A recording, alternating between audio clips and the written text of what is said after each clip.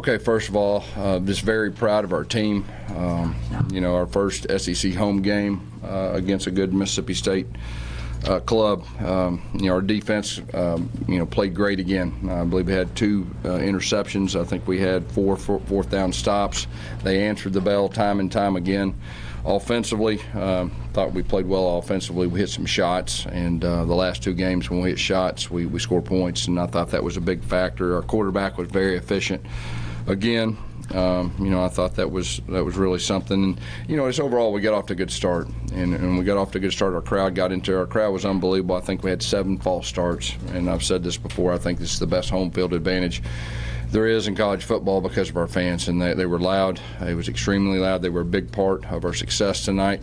But I'm proud of our team. It's a good step in the right direction. Questions?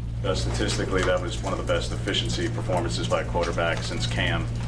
For him to complete 4 deep shots against the number 9 pass defense in the country, what does it say about Jarrett's development already? Well, I think you see him every week getting more and more comfortable. We're protecting him, well, and the guys are making plays. Our receivers are growing up, and they're making plays down the field, and I think that it's just kind of all starting to come together, and then starting to get more comfortable with Chip, and Chip's getting more comfortable with him, and 2 weeks in a row or 3 weeks in a row, just been very efficient. But against that group, that was very impressive. Can you speak to the play from the 1-yard line, that 57-yard pass, just what went into the that's about the 1 foot line. It was really close right there, and that's just what Chip decided to do. That was part of his game plan, that get the ball on the left hash on the 1-yard line. That's the play he's going to call, and they executed it. And, that was a big factor in the game, too. I think there was a 99-yard drive, and right there is the first, I believe it was the first drive, the offense got the ball in the third quarter. And after that drive that they scored a touchdown on,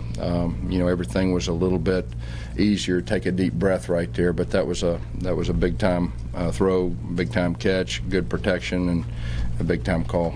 Gus, can you talk about first down success offensively and then defensively containing Nick Fitzgerald? Nick Fitzgerald he's like a running back there. He scares you to death, and he throws the ball well too. And you've got to stop him first in the run game, because if he starts getting going, the play action's scary. And I thought our defense did a very good job containing him, keeping him from those big runs that he scares you to death with. And we were physical up front, and I think we were physical in front on both sides. And then first downs offensively. First downs. Yeah, and y'all seen us before. When we get that initial first down, we get in rhythm, and that's usually when we're at our best.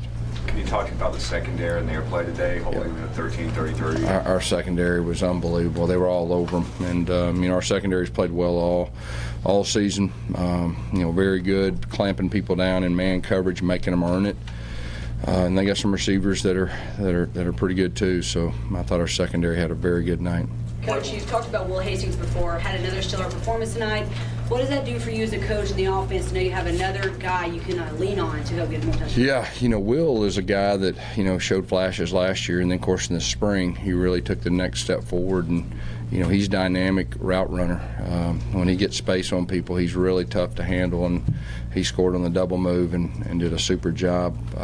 On that play. Gus, it doesn't seem like a lot of people have figured out how to block Jeff Allen yet this year. Another pretty spectacular performance out of him. Yeah. He just keeps getting better every week. He's really raised his level. He's taken his game to the next level. He did that in the spring, and it's carried over here in games, and he's a weapon. I think he caused a couple of those false starts too, along with the noise just when he widened out, and he's such a good edge speed rusher, and he's playing the run well too. He's just really raising his game. I just want to throw a stat out at you. You're the only team in the FBS that hasn't allowed more than 14 points all season. When you your wildest dreams have expected that 5 games this season?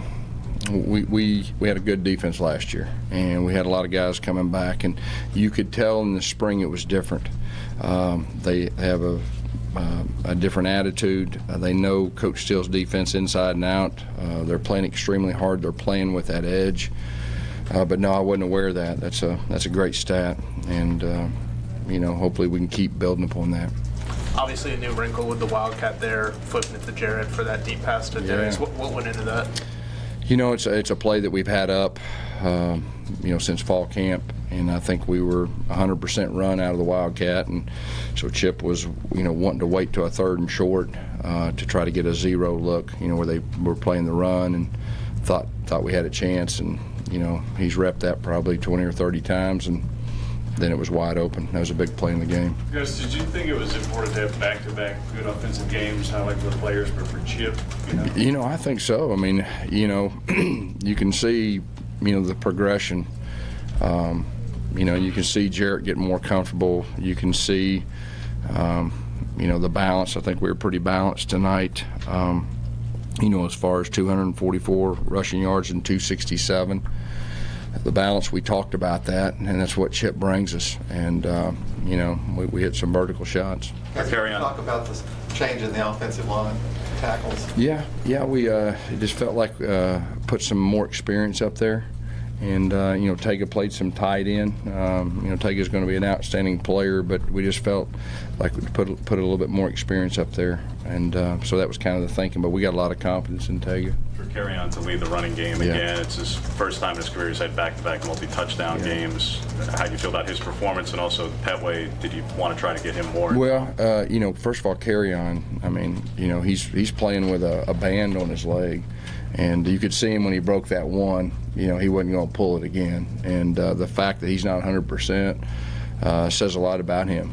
And he was pretty hot, and we put Petway in there, and he's not quite 100% either. As far as that goes, but I was proud of KJ and the job he did. Especially in the goal line, there was a couple tough runs that he found a way and willed himself to get in the end zone. You guys realize that obviously with them not 100%, they're slowing down a little bit. Is that why you made those adjustments? Like at halftime, you guys were running the ball outside. Was that kind of the plan if they wore down to do some different things? You talking about? Yeah, Eli Stowe. Oh, yeah, to get the ball on the perimeter. Yeah, they were stuffing everything pretty good, and just talked at halftime about getting the ball on the perimeter. Eli had the big one right there that really opened things up. And the thing about the perimeter runs, if you get one big one, it usually kind of loosens things up, and that was just kind of the talk at halftime, that try to get the ball on the edge a little bit. And there was some real good blocks at the point of attack, and Eli almost took it to the house. I think that's 2 weeks in a row now that Daniel Thomas has come up with a stop on a fake punt. Just what is it about him that's... Yeah, that's a pretty interesting deal. It's the same really fake punt that we stopped last week, and Coach Horton did a super job. That exact fake, he probably repped it 3 or 4 times, and the way it fit and all that, and so that was a big play in the game. I don't think we were able to score points. That was, I think it's when we missed the field goal right up there, but that was a big stop, and Coach Horton did a super job of kind of predicting what they would be thinking, and sure enough, they did it. Gus, you started a little slow last year and then got on a roll, and he felt like you were really hot till the injuries. Do you see any similarities to how this is going so far? 2 weeks in a row, we've played really good football, really in all 3 phases. I'd like to think we're getting some momentum, and we still made some mistakes. We can get better on 3rd downs and things like that, but, if we keep it improving just a little bit each week, we got a chance to be a good football team. What went into the decision to go with Aiden Marshall, and how do you feel that? He has been practicing very well, and the last 2 weeks he probably won the competition, at practice, and so we just felt strong, give him an opportunity. I thought he played well. I thought he had some good kicks. The moment wasn't too big. A lot of times, you worry about that, but he did a good job, and I was impressed. Trey Williams hasn't been able to play. Yeah, Trey, a little banged up. Obviously, we kept him out last week. He could have played tonight, an emergency situation. Obviously, it was fortunate that we were able to rest him another week, as far as that goes. And Cam Martin was a little bit banged up, too, from the last game, so we were able to hold him out. Malik Miller, I thought, ran really hard, when he was in the 4th quarter. So, How important was it to have Javaris Davis back for dime personnel in particular, where he has that pick 6? But Gus, you held Fitzgerald 2 for 13 on 3rd down with both of his picks. So how important was Javaris to that? Yeah, Javaris is he's an impact player for us. We held him out last week. He played extremely well. Obviously, had the impact play on the pick 6, and He's one of our top defensive backs, and when he's on the field, it really helps. Last one. Moving forward, do you see Malik Willis, he had a 67-yard touchdown run, do you see Malik Willis being that fill-in for a backup quarterback to move forward offense? Malik's one play away from playing, so he's got to prepare like he's a starter. And, that play he made, that kind of looked like Nick Marshall-ish, as far as, just kept it and nobody knew he had the ball until he breaks free. He's got a unique ability. Chip has a plan for him, and we'll just see where that goes. But he's one play away from being our starting quarterback. So. All right, Coach. Okay. Thank you.